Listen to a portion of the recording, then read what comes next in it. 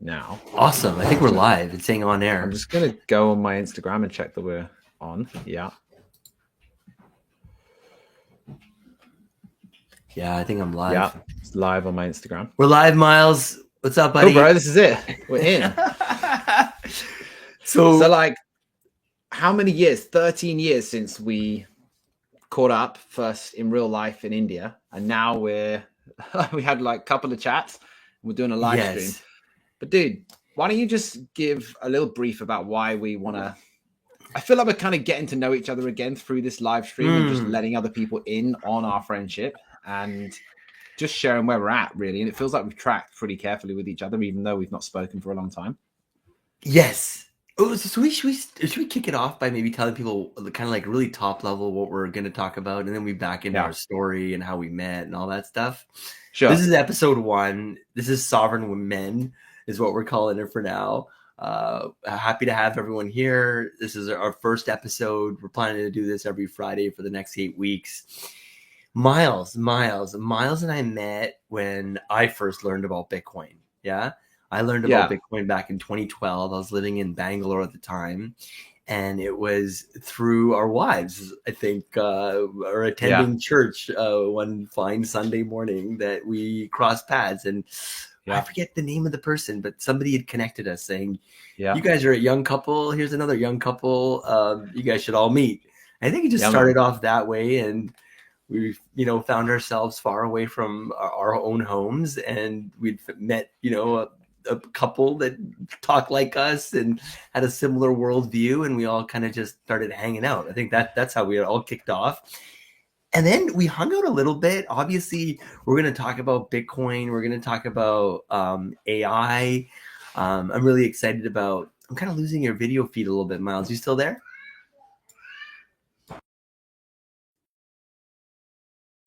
Testing. Miles, you there? We're just starting this off. It's our first episode, so we're going to have a couple of glitches, I'm sure. It's giving me. Yeah, I'm losing you a little bit, buddy. But I'll just keep going. Let me know when your audio gets fixed there. But like I said, Miles and I met, almost 13 years ago. It was kind of at the beginning of both of our Bitcoin journeys. We recently reconnected, through the internet. We somehow managed to figure out that the two of us were both equally excited about, this renaissance, this revolution called Bitcoin. We've obviously had two very different, paths to where we are today. And we just thought, hey, wouldn't it be exciting for us to join forces and start a bit of a show where we just riff on some ideas that we're both passionate about. Hey, Miles, how's your video audio situation going?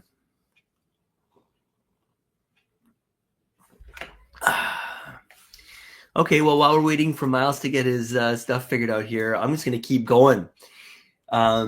We've got an exciting show today planned for our listeners. Like I said, the name of the show is Sovereign Men. We're talking about mindset, money, and meaning in an AI and Bitcoin world. We think that the world is changing. It's changing very, very fast. And, once in a while, it's important to kind of just pause and reflect and talk a little bit about what's going on and share some of our strategies, how we see things unfolding. We decided that we would circle in on 3 main topics. One topic is, well, you guessed it, Bitcoin. A lot to talk about there. We want to touch on some of the kind of the main trends of 2025, some of the things that we've seen unfold. We'll talk a little bit about strategy, a little bit about, Trump and what's going on with Bitcoin and the reserve fund. And not to mention, we also want to sprinkle in a bit about faith and then things of that nature a little bit. So just swerve a little bit off the beaten path and talk a little bit about things that, that we're really passionate about. One of the kind of like the subtext of this show that we were going to host today is called, we're going to call it the 2025 Convergence, where Bitcoin fixes money, AI fixes everything else, and faith fixes us. So maybe we'll give Miles a second to join back. All right, cool. We got a couple of viewers as well. What's up, Mom?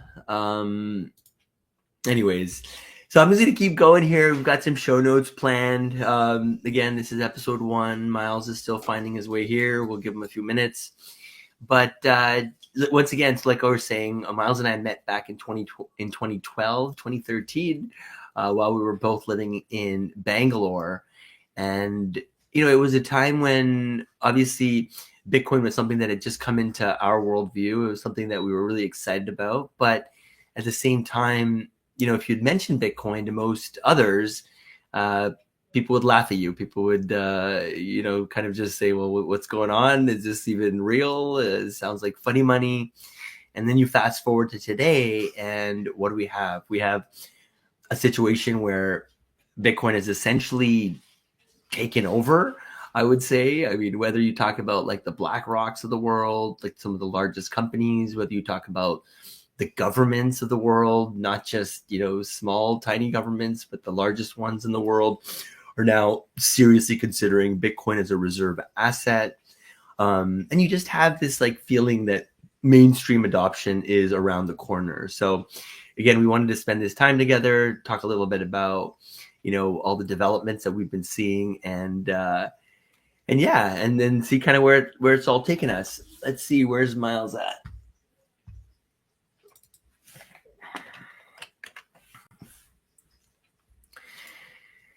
So I'm just going to keep going here. I think that's the right thing to do. I'm guessing Miles is figuring out his technical issues, but let's begin. So the first topic that we were going to attack, Miles and I, on this show we were going to talk about the Bitcoin Renaissance, right? We're going to spend a little bit of time talking about what's going on with Bitcoin. So I'd say one of the big topics for this year has been this idea of the United States really embracing Bitcoin in a massive way. And if we look back to kind of over the last, 2 years, a lot has happened for the Bitcoin ecosystem. I really kind of go back to the Nashville conference, which occurred, I think, about 2 years ago now. Oh, we got Miles. Miles, I'm talking to myself. Okay, we'll let him get his audio figured out. But I was just sharing that I felt like the Nashville conference that occurred in like about 2 years ago was a really big kind of turning point for the Bitcoin ecosystem. And I felt like it was really a moment that I'm never going to forget. I remember being at the Bitcoin conference hosted by David Bailey. We had, we all knew that Trump was going to come on stage and make some sort of announcement. And boy, did he. And, just to kind of take a walk down memory lane, what had happened was Donald Trump was, trying to get in for the second term. And he essentially decided at one point, in fact, I've got an interview with David Bailey where he explains kind of his orange pilling moment for Trump. But he went on stage and he said, look, if I become president, I will essentially try and put Bitcoin on the balance sheet. Hey, Miles, I can hear you now. You there? Hello.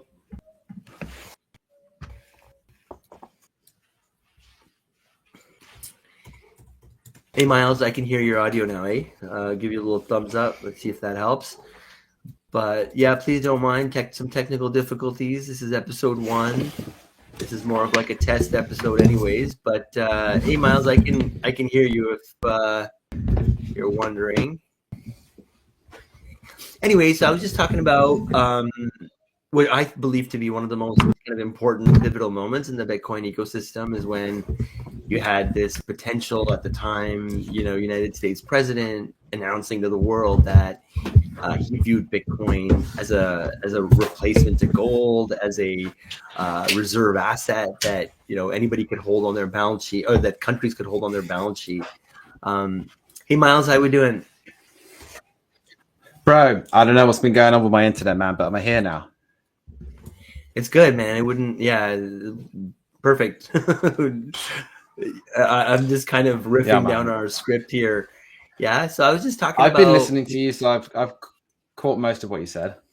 So I was just saying I had a front row seat in Nashville when, Donald Trump made the announcement about how they wanted to essentially put Bitcoin on the balance sheet as a reserve asset. And in my view, that was kind of unthinkable, you know, back when you and I had first met in 2012, when most people would just kind of laugh at you or scoff at the idea of Bitcoin. Now you've got the most powerful government in the world saying, we also view this as the future of money. So again, you know, sharing that story with people. And, you know, I bring it up quite a bit on my podcast, and I think a lot about it just because, you know, what a beautiful world to be living in right now, where, you know, the people at kind of the top echelons of the world, I was mentioning, you know, BlackRock's of the world, Larry Fink's going on blast every day, coming on the news saying, look, I was wrong. You know, Bitcoin's the future, like tokenize the world and this and that. And so anyways, I'll shut up for a little bit. I've been kind of just talking. But yeah, man, you want to kick us off with some, you know, initial thoughts? What's inspiring you to want to do this? Well, dude, I just love talking to other people about Bitcoin, which gets me fired up. I can talk for ages about that. But the real thing that like got me sparked for doing this with you is, how does Bitcoin fit in with our lives, improve our lives?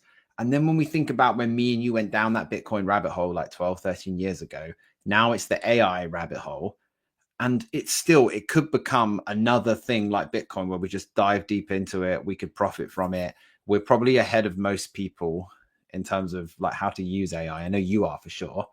But then will we end up in the same space where we just think, great, we got Bitcoin, we've made some income, but how does that actually impact our lives? So I think like the kind of direction of this, like sovereign men, it's about mindset as well. It's about money for sure. But then I think meaning is the big one, where I feel that there's not loads of people talking about it. And actually, my impression of Bitcoin, guys, is when people just shout out, oh, Bitcoin fixes this, I think, okay, does Bitcoin actually fix your family just because you might get rich off Bitcoin? I don't think. Your problems are just going to be expounded and made bigger if you get super rich and you've still got a terrible mindset and your family is not set up in a way where you're able to bring your children into a world that is free and fun. And I sort of feel like vintage as well. It's kind of the childhood we're going for with our kids. So I'm like, man, I love talking about that. And I think that it's very difficult to work it out by yourself, especially when, I mean, I put down here that even though Bitcoin is like 13, you know, we've been in for 12 or 13 years now. When I meet people these days, often that say, oh man, I'm not going to get into Bitcoin, and they give you all that typical FUD, the Bitcoin stuff that you hear about, I just think, gosh, are you so far behind that you still think Bitcoin is a Ponzi scheme? Okay, how can I even talk to you about anything like broader or wider than Bitcoin, or the freedom, the understanding money that isn't connected to the state brings? That's just a step too far for most people. So for me, I'm looking forward to talking about this with you regularly so that we can really understand or help to teach how it makes a difference to your actual life, and not just shouting out stuff like Bitcoin fixes this, have fun staying poor. That's the kind of stuff I hear from Bitcoin guys way too much. And I just feel that, I think I made a post on LinkedIn recently saying, you know, it's really unhelpful, this kind of toxic male vibe in Bitcoin. And I was saying, you know, when the price of Bitcoin goes down, I do feel a bit like, oh my gosh, like my net worth has just decreased by 30%, right? I don't enjoy that feeling. And even though we've been through loads of cycles, so I was describing that saying it's okay to feel stressed when you lose money. As long as you're not selling, it's okay to feel stressed when you're like, oh my gosh, I'm a little bit poorer than I was last week. And then the whole vibe of it was this toxic male, like, okay, grow some balls, man. Like, hold your Bitcoin, like, man up. I was like, what? Are people still saying that in this age? Like, is that not an okay thing to sort of say out loud? I find that a bit stressful. It doesn't make me less of a sovereign man or less of like an alpha dude because I'm feeling stressed when my money goes down. I feel like it's a totally normal caveman reaction to feel. Like if what you have as a caveman reduces by 30% because your stores for the winter have been eaten by rats or something, that's going to be stressful. That's like the modern day equivalent. It doesn't make you less of an aggressive caveman that can kill saber-toothed tigers and like ride on the back of a woolly mammoth. So what I thought was interesting is that people, even to my post where I was saying, I find it a bit stressful. I'm not going to sell, but I don't feel like this culture in Bitcoin of hold, like don't be wet, keep your coins, like that sort of vibe without any kind of rhetoric around it. makes you less of a sovereign man. But the comments were all, don't be wet, hold your coins. And I was saying, guys, you're literally expounding my point here. There's so much more going on than just holding Bitcoin and saying Bitcoin fixes this. And that's, hopefully that kind of describes a little bit about some of the stuff that leads from Bitcoin into more sort of philosophical things that I think a lot of the guys in Bitcoin probably need to think about. Do you think Jesus would be a Bitcoiner? Yeah, I saw your question down there. I don't know if Jesus would have been, but I know for sure that the early church were into a system which is very close to Bitcoin. They were into working within their, like using their different skills to trade with each other. It wasn't a barter system. It was a kind of ledger system with each other. That's because they were under this like super oppressive regime of the Roman Empire, and they were Jews, or they were previously Jews, and they were kind of being persecuted by the Roman Empire with like more taxes than the regular person. So they were using a system which is very similar, I think, to Bitcoin. And the reason I know about that is because I have a friend in London here who was a Bitcoiner for a long time, started studying money, the history of money, and then came across early church writings in the 1st century and realized that they're basically talking about Bitcoin. They're talking about the ledger. They're talking about the blockchain. And it's incredible. Then he found faith and now is like a full-on church attending, follows Jesus as a result of understanding that this is if they had the tech, they would have been using Bitcoin. Yeah. And then I guess why did we choose the word sovereign men as a title for this? Like, have you read The Sovereign Individual or heard about that book? Was that what kind of spawned you to think of this? So yeah, I mean, maybe define people, like what does sovereignty even mean? And in this day and age, how do you become sovereign? Sovereign from who exactly? What are we seeking freedom from? I think it's I read The Sovereign Individual. It's quite a heavy book. I would say like 50% probably went over my head, but like half of it kind of, I get it. But one of the main reasons for reading that is so that when you hear people talking about it, you know what they're talking about. That was the main reason for me checking it out in Bitcoin spaces. So I think like sovereign, to me, as a result of reading that book, it comes with more than just us as men.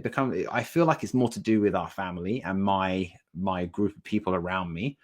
And I think even some of the notes that we had stuff to talk about here was how to raise kids who aren't owned by TikTok or BlackRock or Netflix or Disney. That sort of stuff for me is sovereign. Like I want to wake up in the morning and be in control of my thoughts. I don't want to be told what to think by the algorithm. And as soon as I look at my phone, I'm basically told, like, if I see any socials or I see any news, they even make like the news apps like pop up in a way which appeals to me. And that then leads on. If I can't be sovereign, how can I show my kids to not be controlled by popular thought on TikTok or the brightness of a screen that leads them towards some kind of agenda about, I don't know, anything, their sexuality, what they like to do for fun. Like even to my girl, I sort of feel that I'm trying to protect her from a vibe, which is girls, so retro. Girls don't play soccer.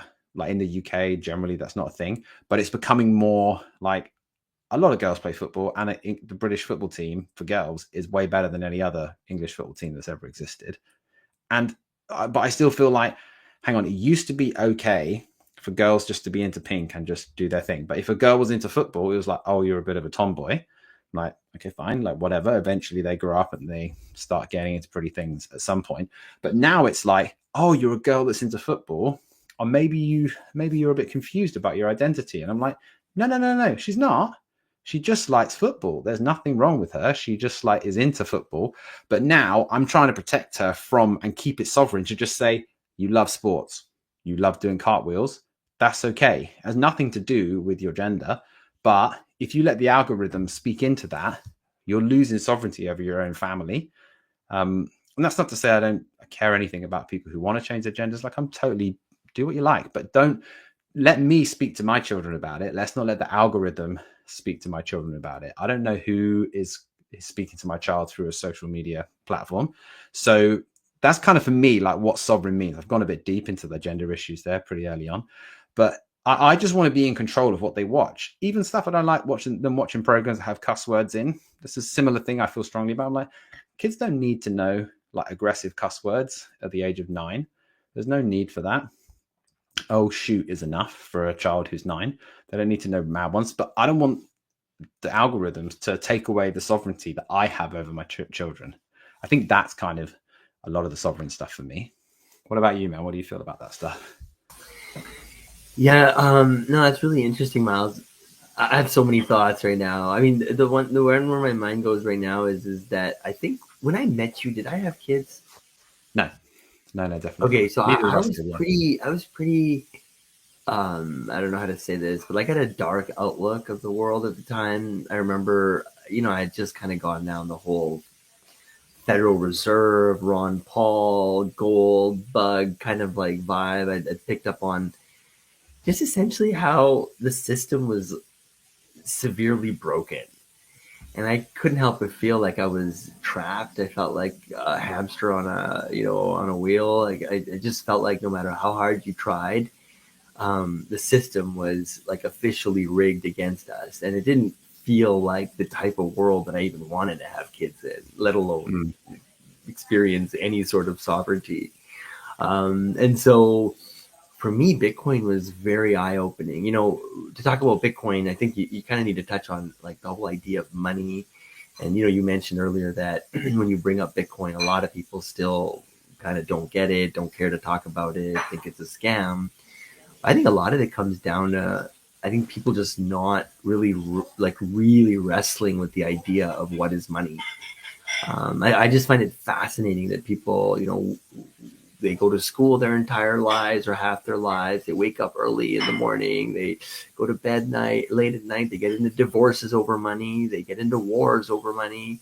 Yet when you ask most people, like, what is money? Can you just describe it to me? Like, what's the history of money? Or why do we have money? Or where does it come from? Or how does it work? And what's inflation? Just simple things.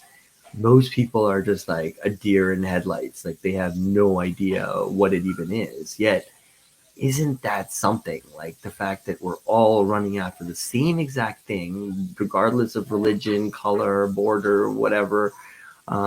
Yet nobody, in my experience, almost nobody can even articulate, well, what is money, unless you're talking to a Bitcoiner. So I feel like money is important. I'm excited about kind of peeling back that onion and talking about it. But I think what really excites me about potentially doing this show with you is that idea of not just focusing on Bitcoin. I feel like there are a lot of shows out there that talk about Bitcoin and the 21 million cap and the this and the that and the recent events. I think what I'm excited about talking about is more like talking about the world, talking about our lives, talking about things that matter, but through the lens of a Bitcoiner. Like we don't need to mention Bitcoin in every sentence, but we are Bitcoiners. We're here putting our face, we're putting our reputation, our everything on the line on a daily basis and getting behind this idea of Bitcoin. And I think there's a lot of people out there, for example, like one basic idea is like, how do you earn more Bitcoin? Like, Bitcoin is super cool, but how do you actually get more Bitcoin into your life? That's a question, obviously, I've been wrestling with, right? And how does it affect your family? How does it affect everything? So I kind of forget the top of the question that you had there, but I just feel like when I learned about Bitcoin, it convinced me that no, the world is a beautiful place and freedom can be sought and we can be sovereign and we should be having lots and lots of babies. That was my takeaway. And so we're on our third now and we're just getting warmed up. I'm kidding. Bro, I'm so into that. And what I feel that, people who are not into Bitcoin, fine if you're listening to this, that's totally cool. I don't really care if you don't get into Bitcoin, but what you got to realize is this is a technology. It's not an investment in a stock. It's a technology that's going to impact money. And that is causing many, many, many people to have more children, to expand their lives, and to do the things that they feel like they've been made to do. I hear that over and over and over again, that when people get into Bitcoin, they stop doing a crappy job that they don't enjoy, and they start, even at great risk to themselves, going to chase after the things that they feel like they really want to do. And I think as a monetary technology, when coins started being really coming into circulation in a big way, when the banking system, first started out, and it was actually an amazing technology to be able to transfer trust and value across the oceans. When that really moved forwards, the whole of society and civilization moved forward as well, and people got richer. And when people get richer, they feel safer and they feel more secure to be able to pursue their dreams personally, professionally, and also in their families as well. So I think that, you can hate Bitcoin, or you just don't care about Bitcoin, but you must be able to look at the positive impact that it's having on the small group of people who are into it, who are in the Bitcoin community. And therefore, at some point, you've got to realize, even if you're a person of faith, like any faith, and you're anti-Bitcoin, some of the benefits that I've seen people finding faith, for me, a Christian faith, are replicated to a certain extent with people who find Bitcoin, and gives them a certain freedom in their life. So I feel like, I've got a bit of a drive. I have a faith and Bitcoin meetup in London, and I've got a bit of a drive to tell Christians about Bitcoin and say, guys, do you know that actually this solves a lot of problems that we're trying to fix as the church, and we don't actually have to do anything. We just use Bitcoin. And it helps people find their meaning when they might not necessarily be finding their full meaning from their faith. And then it marries together, and then these people just become even more free and sovereign. So Bitcoin is like driving behind me, but it's kind of the engine now. And it's not like on my bumper sticker the whole time, although I do talk about Bitcoin a lot, I can't deny it. It's kind of the engine driving some of the things that I feel. And the problem is, once you're into Bitcoin, you then understand everything else, or you start trying to learn about everything else. And then it's the lens that you see so much stuff through. Yeah, I was going to say, no, beautifully said, Miles. I think, we touched a little bit on faith. We talked a little bit about Bitcoin, and then I wanted to kind of weave in this like idea of AI, right? Here we are living in this crazy, crazy time where we're giving birth to intelligence on computers. And I just wanted to kind of tie that in, at least in my view, how I see it in relation to Bitcoin and faith and meaning and all this other stuff we're going to touch on. But fixing the money is critical. It's important because that's kind of like our basket where we're, collecting our life force, and hopefully someday you have enough of it so you don't need to work and you can retire and all that. But without fixing the money system, they or whatever it is of the world, they can essentially siphon our life force away from us through inflation, through whatever you want to call it, right? And so I felt like Bitcoin and the fact that it came about, 10 years, 15 years prior to the AI revolution was timely. And then now you've got this like compounding effect, this like accelerator, this like thing where I've got like an Einstein or 10,000 Einsteins in my pocket that can help me with any topic at all, is just beyond, again, my imagination. Like 10 years ago, I would have never thought we'd have tech like this. And I think AI is also allowing us to be more sovereign, because now an individual, can operate at the scale of like 100-person company from, let's say, 50 years ago or whatever. And we just have this like massive leverage to go out there and, live our life mission and hopefully, earn a lot of money, using these tools. And then the money you're saving it in is Bitcoin. So it's a cyclical thing. But then once you figure all that stuff out, then the real question, I think, comes up, which is, well, what's our purpose? Like, well, what's, I think more recently you've got Elon going on blast talking about not universal basic income, but universal high income, where he envisions this world where everybody has, a lot of money, especially when you have humanoids out there, which is kind of like the talk of the town now. We're going to live in this world where poverty will be, hopefully brought down to zero, and we're going to have complete abundance, because when you kind of attack the labor side of the economic equation, now all of a sudden you can drive the cost of food and housing and all these basic things to zero. And then you've got this like deflationary money where the world can use as an operating system. So I know there's like a really dark side to all these topics as well, right?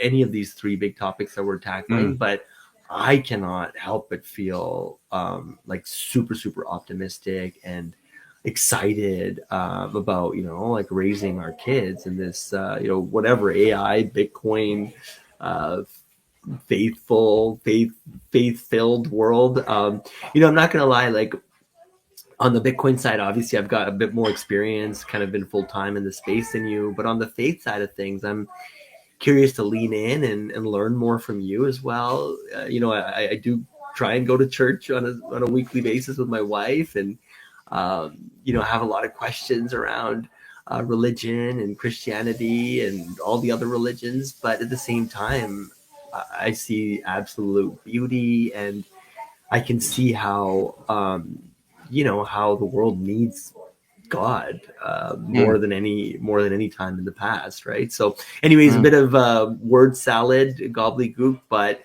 that's kind of just where I am right now, Miles. Dude, I thought that's interesting. I wonder if it's good to just touch on, you know, the stuff we were saying about how when the world has like a big technological revolution, that is when religion really starts exploding. Did we write that into the notes here? I think that was like really interesting, dude. I went down a bit of a rabbit hole on that before we came on live. Yeah, And go for it. Yeah, just the you know, I started at the like 1500s when the printing press was made into a thing. And is it Martin Luther? He broke away from the Catholic Church. The Catholic Church sounded like it was doing not great stuff. I mean, it sounds like the Catholic Church is a better vibe now than it was 600 years ago, 500 years ago. There was this, maybe they still do this. I don't know a lot about the Catholic faith, but it's like close to what I believe. But they sounded like they were giving a, you know, you would buy bits of paper from a priest that would forgive your sins, or like there's definitely some kind of transaction going on, and the more you paid, the more forgiveness you were receiving. But that was compounded by the Bible not being able to be read by everybody. So Martin Luther, at the, you know, he literally lands at the right time to rebel against the Catholic Church and say, we've had enough of this. Everybody can receive forgiveness. You don't need to pay any money. And then he posts this like big list of all the things the Catholic Church are doing wrong. I don't know if it's like 85 or 95 things that he's really upset about, but he nails it to the door of a church, which is kind of what you would do back in the day if you wanted to announce something. But then because of the printing press, he could have done that 100 years ago and no one would have heard about it, but it went viral. It went like pre-internet viral all across Europe. And as a result of that, there's this huge explosion of people finding personal faith because his note gets sent everywhere, printed everywhere. The Bible around the same time is being distributed everywhere. So people can start reading the Bible for themselves and saying, hang on a sec, it looks like Jesus says that anyone can get forgiveness and you don't need a priest. So that was like a massive overturn of power. But then it kind of like moves ahead to even like the 1800s, like I was saying earlier, when the banking system was really developed and we really started having fiat banking. Although we did have a gold standard back then, but it was just the movement of trust between the different banks. Even in the 1800s, there was a huge explosion of religion and people finding faith. And even then, like with communication technology, with television and like telephones being able to go all over the world, that like Billy Graham, you know, I think Billy Graham like preached to like a billion people or something like that, heard him speak about the gospel, about Jesus, something crazy like that through the television and through speaking at rallies. You know, he was doing like 150,000 people at a presentation in like multiple cities all across the world. But that was also a technological expansion, right? Because you couldn't do that. You can only speak to like a couple of hundred people before there was electricity. So all these things like really cause a massive drive towards religion and faith. And it would be, I mean, I think you're totally spot on when you put this in for something to chat about. I think, well, I think you're right. I think there will be a big drive towards faith and meaning and finding purpose. But I actually don't know how. I can't see how. Based on the evidence of what happens, I know that it probably will.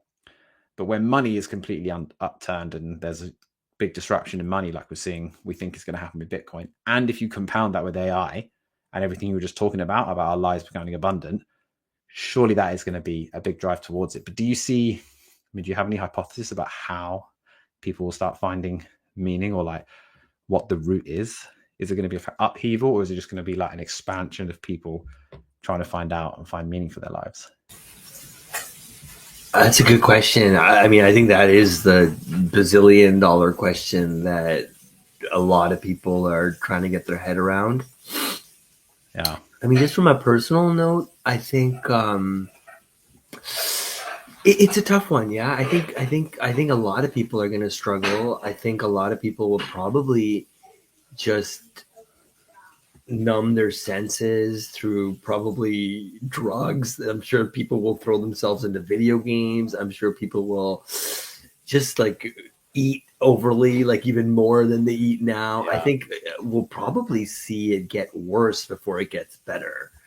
Mainly because I don't think people are even looking inwards. Like they're just trying to like make their senses, fire off. And so I think, I don't know. I feel like meaning is a tough one. And this is why I think things like faith and God and religion and spirituality, and in my case, things like, just being silent and meditation.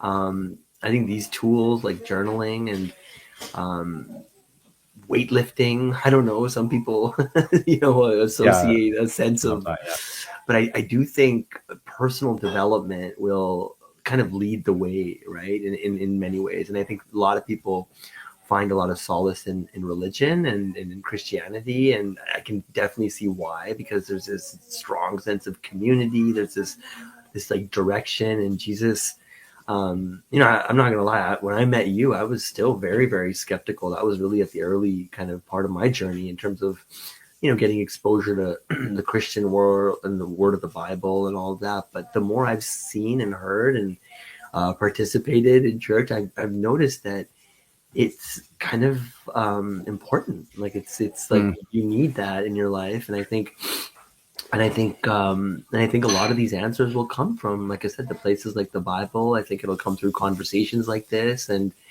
but I don't think it'll be an easy route. I think it'll take a tremendous amount of introspection and conversation. But at the end of the day, I'm very hopeful, because I think a lot of the reason that people don't even explore those ideas or topics is because they don't have the time, they don't have the money, they don't have the energy, they're just working 24/7 just to put food on the table. And so I can see how, again, it gets worse before it gets better, but I can also see light at the end of the tunnel. And, and I think we have all the tools, that we're presenting here in this podcast for us to find our way through this. But I don't think it's an easy answer. I think that's why I'm excited about talking about it regularly and thinking deeply about it and coming back every week and sharing our insights. But yeah, I don't think I have, I've got a lot of sound bites when it comes to Bitcoin and AI, but when it comes to faith, it's something that I'm still figuring out. And, I'm slowly arriving at some answers. And I do think, like I said, I think like looking inward and focusing on things like health and wealth, obviously, are all gating factors that will eventually get us to ask the right questions about finding our meaning and our purpose. But for now, I think our purpose is doing this, running a Sovereign Men podcast. And talking to masses. And by the way, I'm looking at my Twitter. We've got 24 viewers right now online, just on my Twitter alone. So man, I've got like 18 on my Instagram. So what? Like 50 people are listening to us. That's something, cool. Right? That's something. The first thing. Dude, I've got something that I thought is going to transcend AI and just always be there. And this is going really out there. So we run this thing called the Alpha Course. I don't know if you've heard of it. It's like an Explore Christianity, 10 weeks. You just there's a little talk about each topic about Christian faith. And we're on the second last week. So it's just like me and my wife, her parents. We all invited like a bunch of friends, and we have dinner together. It's so lovely. It's so anti-AI that you gather together with some random people who you don't really know, where everyone kind of roughly knows each other. There's like a touch point somewhere, but they all come because they decided, I think I want to understand what the Christian faith is about, right? Most people in the group have either been to church a few times or they've just heard about something and it makes them curious, right? So we've done all the weeks. We're on week 9 now, and that week is about suffering and healing. And it's like a big, and then afterwards you have a discussion. After you hear the talk, you have a discussion for a long time. And so in the discussion bit, we're talking about healing and suffering and how God could have those two things like coexisting together. Why do some people get better? Why do some people die when they're young? Like, it's a big topic because also where people are bringing their pain into the group as well, like their life experience. But we did this thing where we sort of go quiet for a bit. Everybody in the group prays and asks God to give them, like, if there's something they're saying about someone else in the group, if God wants to give a message to someone. And so we all go quiet. And then we sort of ask God to come and speak to us about someone. And then my wife says, I've actually got this picture of, and I'm super skeptical about this anyway, right? So I'm thinking, let's see what happens here, even though I'm meant to be helping run the group. My wife says, I've got this image of someone spraining their ankle. And I think God wants to heal that person's ankle. So everyone says, oh. And then the girl opposite, who we've become friends with, says, I actually sprained my ankle yesterday. And this morning I had to cancel work. I had to cancel going to my kid's thing at school or something she was helping with. I canceled everything. And I just got to the car and then managed to get here, but I couldn't do anything today. And Bex I was like, what the hell? So then my wife's dad says, oh, Bex, you should pray for her. So Bex prays for her. She says, oh, thank you so much. It's really kind of you to pray for me. How thoughtful. The next morning, she messages my wife saying, OMG, my ankle is better. It's completely fixed. I can't believe it. You've got healing hands. And so my wife told me, and then then my wife saw her 2 days later. And this girl's just like telling everyone, this happened. And then my ankle got better. How can that be possible? So I'm still kind of like, okay, maybe that's just like a mind power thing, or like she just really wanted it to happen so it got better. But I also feel like AI isn't going to be able to engage on whatever level that is happening, whether that's God healing her or Bex getting a word and it being true. That was mental in itself. This has gone off on a wild tangent, but in terms of like faith and AI, I don't think those things that humans feel in the real world, that's never going to get fixed by AI. Wow, that really resonates. I almost feel like we should bring this one to a close on that note. Like, I have so much to say, but I feel like that's a nice point to kind of bring this one to a close, just because it gets me to ask more questions than it does give me answers. But at the same time, it's beautiful. And I think you're touching on really the heart of what we want to touch on, which is not really Bitcoin, AI, or faith, but the lines between all of these worlds and where one starts and one finishes. And I agree. I think AI is intelligence, and I don't think it has consciousness, and I don't think it's connected. And I'm really excited, man. I'm really excited about this show. I can't believe there's 26 people watching right now on Twitter. That is fantastic. Thank you, everyone, for tuning in. But no, I think you bring up a very valid point. I've got a very kind of like almost scientific, like quantum based answer to some of these questions. And I think that there's definitely something going on beyond comprehension. But I also believe that there is another kind of layer to all of this that, again, I don't think we fully understand as scientists, but I think we're kind of scratching at the surface of it. But yeah, man, I think that's a beautiful story. And like I said, I think we touched on kind of the main topics. I think we promised we were going to do a 30-minute session. We're already at 45 minutes. I don't know, man. I'm down to bring this one to a close, and I'm really excited about this. And let's just keep going with it. Yeah. Yeah, man. Thanks everyone for listening. And we're going to do the same time next week, 7 a.m. Eastern time. Let's do it. All right. That was awesome, Miles. Okay, we'll talk soon. Bye.